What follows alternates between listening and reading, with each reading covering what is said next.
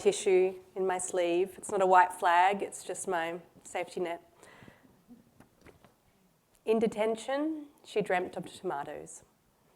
As the children arrived crying, their parents lost at sea, as more and more people came to Christmas Island, so desperate for safety that they risked their lives on leaking fishing boats, she dreamt of tomatoes. And when she finally came to Australia, was finally recognised as a refugee, the quiet, thoughtful and creative Asal came, broken-hearted, to us. Asal is one of more than 800 refugee and new migrant creatives who've come to work and learn at the Social Studio over the past 13 years. They've come to learn how to sew and how to design, but a lot of the time they've come to a place where they belong, where no matter where they've come from, what religion they practice, or what stories they've brought with them. It's our free school and education programs that I want to talk to you about tonight, but actually our whole organisation, from our garment manufacturing studio to our retail and creative projects that exist only because of people like Asal.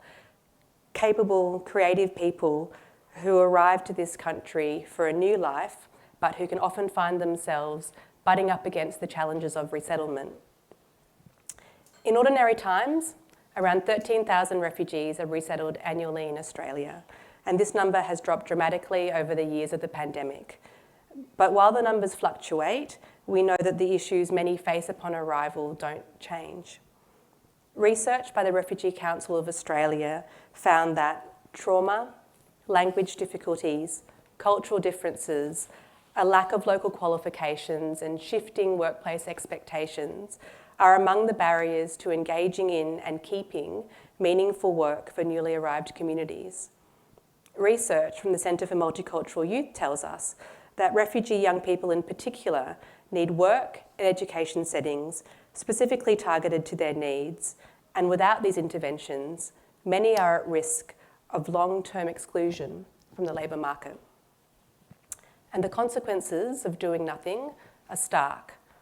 Social isolation, economic hardship, an increased risk of health and mental illness, and broader social cohesion issues can all become factors in their lives. And at the Social Studio, we look at these problems from a different perspective. We think, how can we meet our students where their needs are?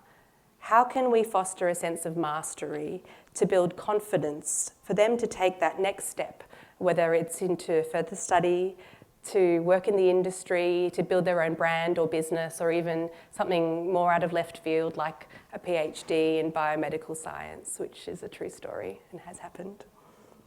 With our education partner RMIT, we deliver a nationally certified program in clothing production, and we do it in a culturally safe and responsive way.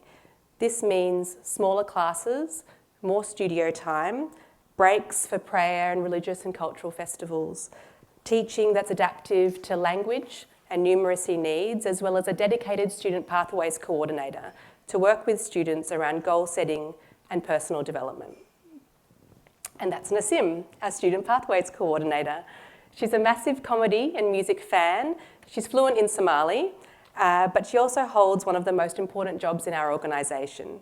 She works with students on getting them through their studies and out the other end, helping them with everything from Centrelink paperwork to applying for scholarships.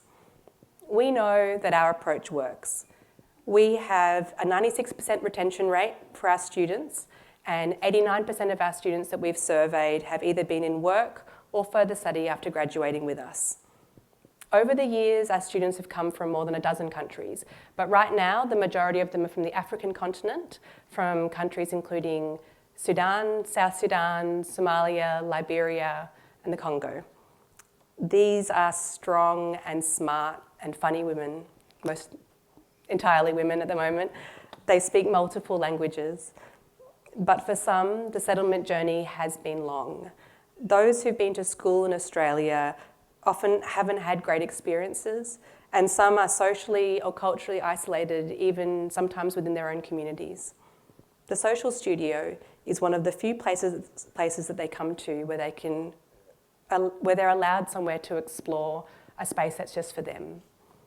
So tonight, I'm asking you to help us to continue the work that we do, which we do entirely for free. To give you a sense of how you can contribute, $100 can help pay for a skills extension workshop like illustration or printmaking. $1,000 can help pay for a semester's worth of student pathway support delivered by somebody like Nassim for a student, and $2,700 pays for a paid internship within our manufacturing studio. And I'll be honest, what we're asking for is a fraction of what it costs to run our school, but we're a small organisation, we appreciate every dollar and we know how to make them stretch. And finally, a little update on Asal. She got married, had a beautiful son, and graduated with us in 2019. I'm very pleased to say that she came back in 2021 to do a production internship in our studio and worked on a project which included this dress that I'm wearing tonight. And now she's a seamstress with us, working casually, but a lot of hours at the moment. She's exhibited her work in galleries and is working on a beautiful new project on displacement and the refugee journey, which will just blow everybody's socks off once it's released. She hopes to be starting her bachelor's in fashion design soon too, and I'm really thankful that she's here tonight and she's allowed me to share some of her story and that you'll get to speak or hear from her shortly later on. Thank you. 55. Sorry, that's amazing. Wow, that is... And the sunlight hurts my eyes.